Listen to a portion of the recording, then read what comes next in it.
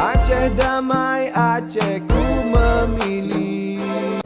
Nah, oleh karena memang diterima secara serentak, kami persilahkan kepada Pak Rodi Saputra dan hal-hal lain yang berhubungan dengan mulai tanggal 28 nantinya tahun depan Pegahaba di sini dengan kita bikin kegiatan dalamnya akan cukup jumlah, tapi perkiraan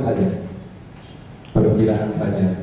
Nah, sekaligus nanti di sana ada penanggung jawab untuk diberitahukannya, bahwa nanti setelah pemberitahuan itu ditembuskan kepada jadi peserta aktif.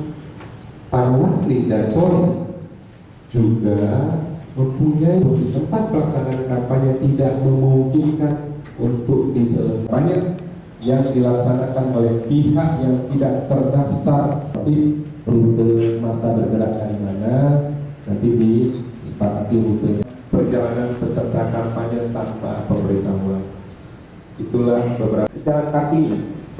Jalan kaki itu silahkan melakukan kunjungan mudik, dibolehkan ya, karena mungkin masanya memang sudah ada di sana, itu dibolehkan. Dan kampanye itu relatif panjang. Nanti kita akan sepakati kapan kampanye terbuka.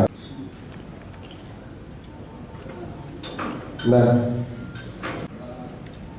boleh di sana nanti tanya jawab ya, hal-hal pertemuan tatap muka ataupun yang paling menyumbang 75 juta itu paling banyak orang ya. Si A hanya boleh menyumbang, sudah buka rekening khusus, kemudian ditutup pada saat penetapan calon. 24 laporan LADK itu sudah ditutup. Ketika mereka melakukan kampanye, apakah bentuknya pertemuan terbatas, penyebaran alat peragak kampanye, bahan kampanye, sebagainya, konsekuensinya mereka juga harus melaporkan adanya dana kampanye. Kemudian pelaporan dana kampanye, KPU secara nasional menyiapkan aplikasi. Ada sebuah sistem pelaporan yang sudah kita siapkan, dan hari ini nanti akan kita transfer cara pengisian sistem informasi aplikasi dana kampanye tersebut. Aceh damai, Aceh